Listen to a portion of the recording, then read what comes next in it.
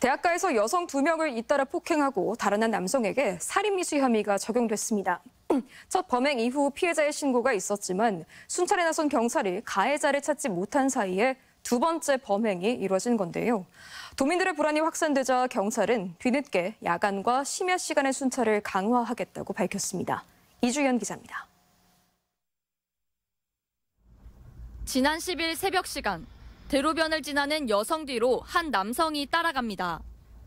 얼마 가지 않아 남성은 갑자기 주먹으로 여성의 얼굴을 가격합니다.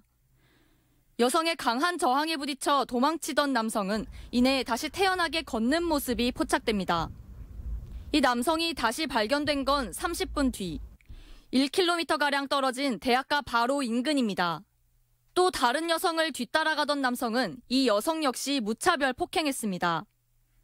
영문도 모른 채 의식을 잃고 주차장에 쓰러져 있던 20대 피해 여성은 정오가 넘어서야 발견됐는데 당시 상황을 전혀 기억하지 못할 정도로 큰 충격을 입었습니다. 학생들이 있길래 가봤더니 처음에 언뜻 보니까 바네킹 같더라고요.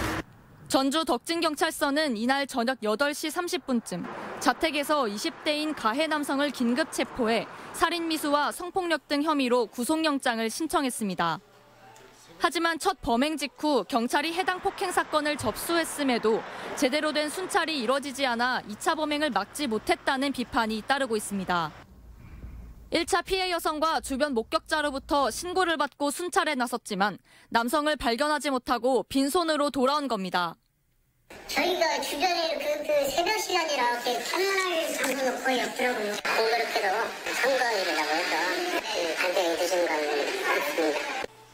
전문가들은 30분의 간격으로 벌어진 1차 범행과 2차 범행 사이의 유사성 등으로 미루어 목적이 뚜렷한 의도적인 범행으로 보고 있습니다. 이거는 목적성이 명확하다라고 봐야 되겠죠. 좀 더 적극적으로 대응을 했으면 2차 피해자를 좀 빨리 발견을 할 수는 있지 않았을까라는 좀 아쉬움이 남긴 하네요. 새벽 시간 자칫 추가 범죄가 계속될 수도 있었던 상황. 더구나 해당 남성은 이미 지난 2015년 성범죄로 5년을 복역한 것으로 알려졌습니다. 전북특별자치도 자치경찰위원회는 뒤늦게 기동순찰대 등을 활용해 야간 심야 시간 순찰을 강화하겠다고 밝혔습니다. MBC 뉴스 이주연입니다.